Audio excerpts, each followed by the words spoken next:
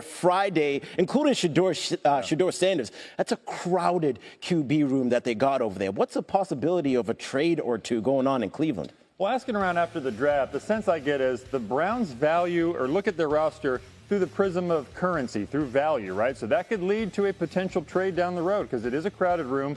Head coach Kevin Stefanski does like to keep 4 quarterbacks in his room. You see Deshaun Watson there, probably won't be a part of that because of the injury. So you roll with those 4. They gave up a 3rd-round pick and 2 5th-round picks for Kenny Pickett, Dillon Gabriel, Shedeur Sanders. Maybe they can recoup some of that if they showcase one of those players in the preseason or one looks good or there's an injury down the road. So we'll see what happens. They're going to give these guys a shot. They are very high on Dillon Gabriel. That's a player that I had earmarked going into the draft, was hearing from other teams that the Browns low-key really liked. He's a smaller player, so he didn't have a high draft status, but they love the way he plays the position. So we'll see if he can make a little move here. I have a feeling you're going to be talking about the Browns a lot on SportsCenter this season. No doubt. In the past 10 years, the Browns have more seasons with 3 or fewer wins than they have playoff appearances. That's crazy, but we'll talk about them a lot. Thanks, Jim. Because obviously the story of the draft was the slide of Shedeur Sanders all the way into the 5th round. And I have not gotten your perspective on it through a quarterback's eyes. I have my own theory on how it turned out for him. But I just want to confirm, there were some people who were not that high on him going into this process. Well, obviously, many people, as it turned out. But is he a 5th-round player to you? I mean, if you were evaluating him and putting a round, a grade on him and say his play deserves to be an X round, what round would you have had it in as an evaluator? Yeah, I think, somewhere between probably rounds 2 and 4 is what I would say. Look, my comp, and I said it on the show prior to the draft, Greeny, was, look, you hope that he could be Andy Dalton. That's what I said prior to the draft. And I said it because of the physical skill set. And listen, it was not an insult. Andy Dalton has had a remarkable year. I think he's in year 17. He's thrown over 250 touchdown passes. But that's what I thought. Andy Dalton was a 2nd-round pick. Other people compared him to Kirk Cousins.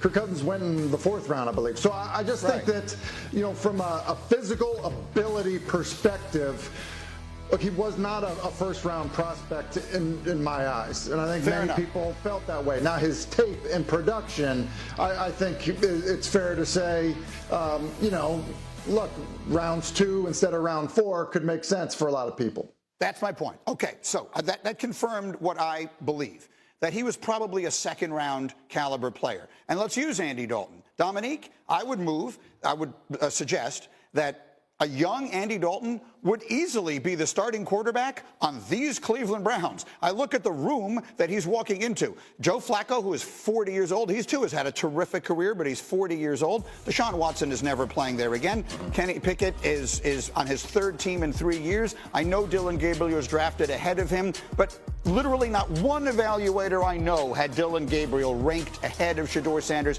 He fell for entirely other reasons. The point I'm trying to make here, Dominique, is that while the weekend obviously felt like a disaster for him, the way it turned out, I think he wound up in a place where he has an excellent chance to play, which very rarely can you say about a quarterback drafted in the 5th round.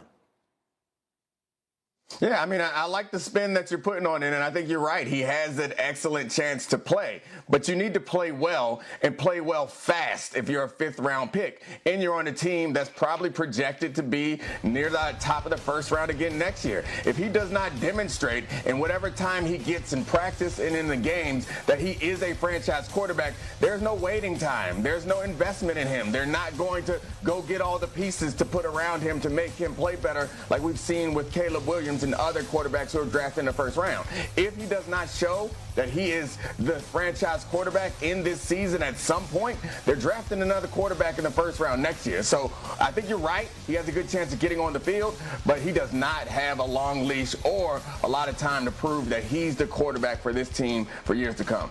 I guess that's true based on the place that he was drafted. But if he had been drafted in the 2nd round, we'd be talking about him right now as the starting quarterback of this team. And he's the same guy, right? He didn't play a football game over the last 3 months. He wasn't drafted in the 2nd round. No, I understand that. That's the thing. It's like, be legendary. Is their starter this year? I don't know if he makes the team this year. I don't know if we could say that. He's the 5th-round pick who is the 4th quarterback on the depth chart right now. And the same insular world that told him to be legendary and you're a first-round pick and don't be a combine, workout guy and don't do the Senior Bowl and don't do it. I would hope someone is like, all right, let's reset this and say, it's going to be a little different right now. The path has changed, and everyone's assuming that that their light has gone off, and he's going to just come in and just be like, all right, I'm going to be a backup, be seen, not heard. I want to do everything I can to make this team. We don't know that. Well, so I think it's, yes, his ability. That was all along. It's what's reality, and if he gets to Browns camp and isn't willing to be the first one in, the last one out, and isn't willing to prepare the others like Dylan Gabriel will, we don't even know if he's going to make it for week 1. Tim, I have a moment left. Go ahead, finish it up. What? I think you're wrong, Mike T.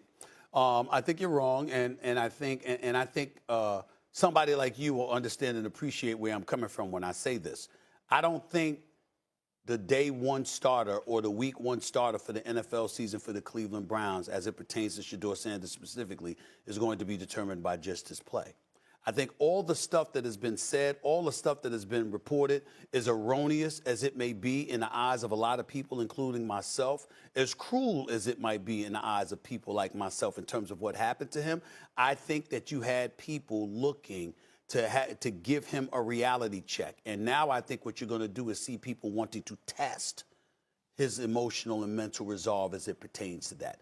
As of yesterday afternoon, he was en route to Cleveland, from what I was told, in a pickup truck, ready to put on his lunch, grab his lunch pail, put on his hard hat, and get to work. That's what I was told in terms of yesterday about how he's looking at things right now, anxious to go out there and show out. But you're hearing people out of Cleveland talk, Dom, about how Dylan Gabriel was their preferred quarterback, Big Ten Player of the Year, that kind of thing. They were saying that they looked at him. I don't know how, because he wasn't Shedeur Sanders, but nevertheless, they were looking at it. You look at Flacco. He's a fan favorite. They loved him in Cleveland. They never wanted him to leave after the job he did for them a couple of years ago when Deshaun Watson went down, and he came in and did his thing, okay? And then you're looking at Kenny Pickett. Now, I know that Kenny Pickett is a former Steeler. Then he went to Philadelphia. He's got a Super Bowl championship as a backup. We get all of that part. But in his last 17 starts, his record is like 13-4. And so when you look at it from that standpoint, I think they look at Shedeur as a long-term solution. I'm not saying he's going to sit out the year or anything like that. I wouldn't be surprised at all if he's the starter at some point this upcoming season, but I don't think he's a guy that's going to be judged by just his play. I think they're going to want to see whether or not that ego that people were talking about is something that they're going to have to concern themselves with. And unfortunately, I think they're going to test him. And that's why I think he's going to be prevented from starting week 1. Not because he won't deserve it. I just think they're going to test him. Listen, I get where you're coming from. And I certainly wasn't trying to imply that Kenny Pickett is going to start before him. I'm just telling you what they're saying about him. As it pertains to Joe Flacco, he is a fan favorite that took them to the playoffs a couple of years ago. So we have to pay attention to that. And he can fling that football, and that experience does matter. I'm just saying, when you put a quarterback in there that's a rookie, you got to be sure that he's your guy. And with Shedeur Sanders, and Dom, I appreciate everything that you said because you're right on point with all the points you made. I just think that when it comes to him, it's not just about football. And the draft situation